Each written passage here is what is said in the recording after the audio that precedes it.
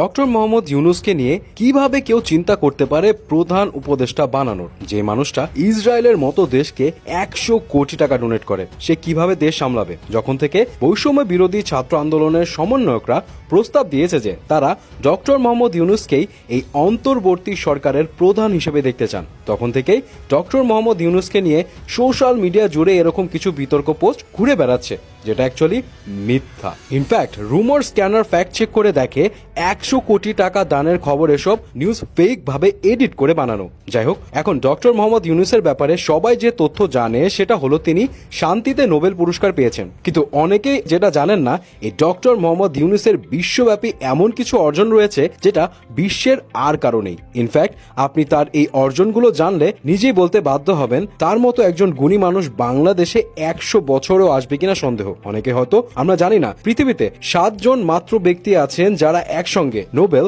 আমেরিকার presidential award and Congressional gold model এই 3টি পুরস্কার পেয়েছেন। এরা হলেন Nelson Mandela, Martin Luther king, mother Teresa সহ আরো 4 জন। আর এদের মধ্যে সপ্তম ব্যক্তিটি হচ্ছেন আমাদের ডক্টর মোহাম্মদ ইউনূস। 2012 সালে ফরচুন ম্যাগাজিনে সারা বিশ্বের টপ 12 জন উদ্যোক্তার লিস্ট তৈরি করলেন। সেখানে বিল গেটস আছেন, স্টিভ জবস আছেন, আর আছেন আমাদের ডক্টর মোহাম্মদ ইউনূস। জানলে অবাক হবেন, জাপানের সিনিয়র হাই স্কুলের ইংরেজি টেক্সট বইতে আমাদের ডক্টর ইউনূসকে নিয়ে একটা চ্যাপ্টার আছে। সব স্কুল ছাত্রছাত্রীরা ওনাকে চেনেন। ডক্টর মোহাম্মদ ইউনূস বিশ্বে ক্ষুদ্র ঋণের জনক এবং তার এই সিস্টেমটা বিশ্বের 100টিরও বেশি উন্নয়নশীল দেশ অ্যাডপ্ট করে নিয়েছে। ইনফ্যাক্ট যুক্তরাষ্ট্রের মতো উন্নত দেশ এই ক্ষুদ্র ঋণ সিস্টেম